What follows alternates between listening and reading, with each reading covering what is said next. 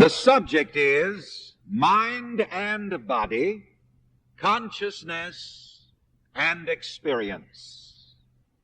This is a part of our Law of Mind series titled The Law of Mind and How It Works.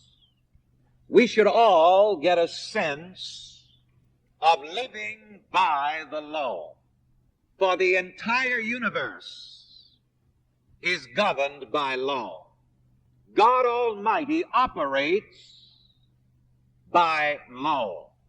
Many times we say that God can do anything, and that's correct, and it's not correct.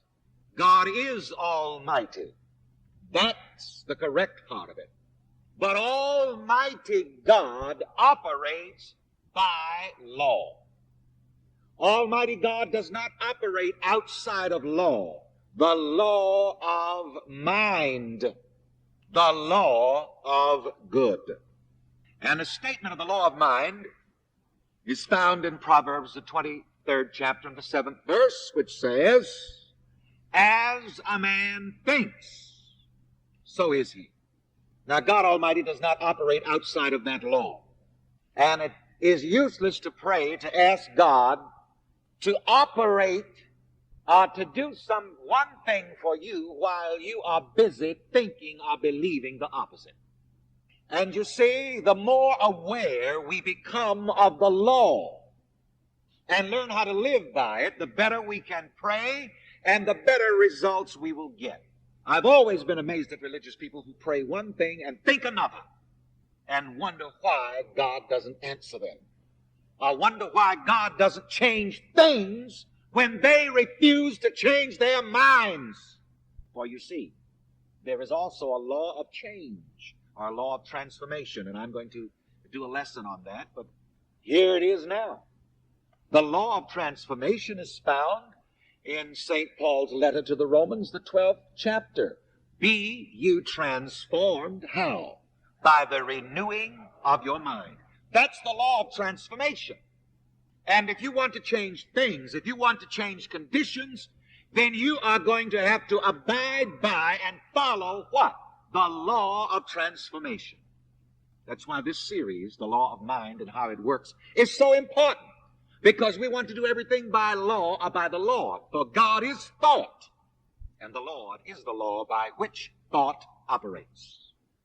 Ask yourself this when you pray. Am I praying by the law? Am I praying according to the law?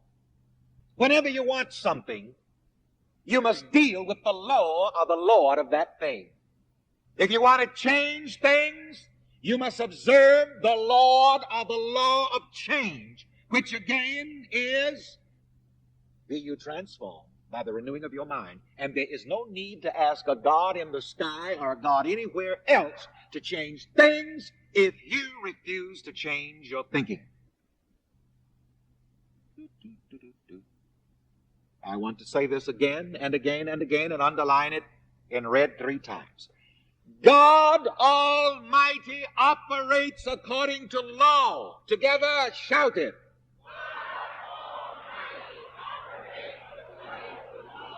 And you see, when you want something done, something changed, you too will have to operate according to law.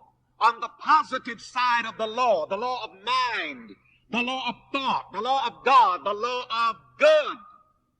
How is it you're going to ask God to change things and you not operate according to the law? Lord, please heal me. And then make it a hobby out of thinking sickness. Make it a hobby of always enjoying. Some people enjoy talking about their sickness. I'm going to tell you something. Be careful who you tell your problems to, period. Because if you're not careful, you will enlarge it rather than solve it. If you want to discuss a problem or a negative situation with somebody, you'd better be sure that you're doing it with somebody that has some spiritual understanding.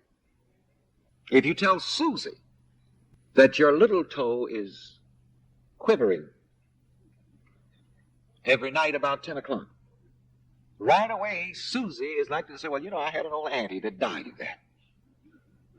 A child, you'd better go to Madame Zeus and see about yourself. You see, we have to even handle our problems according to the law of God, the law of good. We need to learn to live by the law. Am I living by the law today? Come on. Am I thinking on the positive side of the law of mind? And again, I want to rub your noses in this. Almighty God operates according to law, and Almighty God is not going to operate outside of the law, no matter how you pray. If you pray for one thing and think another, then you are operating outside of the law, and you are trying to get God to operate outside of the law. Ladies and gentlemen, God Almighty operates in my life according to the law of mind. Together? God Almighty operates in my life according to the law of mind. Now, God Almighty isn't going to operate anywhere in your life, in your situation, in your conditions, except according to what? The law of mind. And what is the law of mind again? As a man thinks, so is he. And I've got news for you. God Almighty operates in your every thought. God Almighty operates in my every thought. Together? According to the nature of my thought. And you see, if it is a good thought, if it's a loving thought, if it's a positive thought, God Almighty operates in that thought as the good God that blesses you. But the same power of God, the same one and only power of God, operates in negative thoughts, yes, and even in hateful, unloving thoughts. But that same power, when you think negatively and hatefully, becomes to you the devil. That's why many times the theologians thought that there are two powers. There's only one. One. And you experience that one power. How? According to your thought. Jesus the Master. According to your faith. So be it unto you. That's the way God operates in your life. That's the way God operates. God does not operate according to superstition. Of course, the power that operates in superstition, again, is the same one power. You see, it's an interesting thing. Thought is power, no matter what the nature of that thought. Thought is absolute power. Thought is almighty power. God bless these series over the past few months and weeks. I have gotten a greater and greater sense of the power and the reality of thought. As a matter of fact, there's nothing else. Thought is God unmasked. Unmasked. Get my K in there. Thought is God unmasked. Together? Thought is God with the mask off.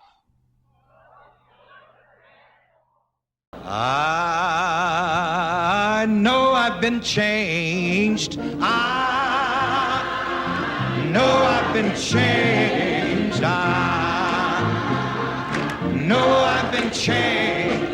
The angels in the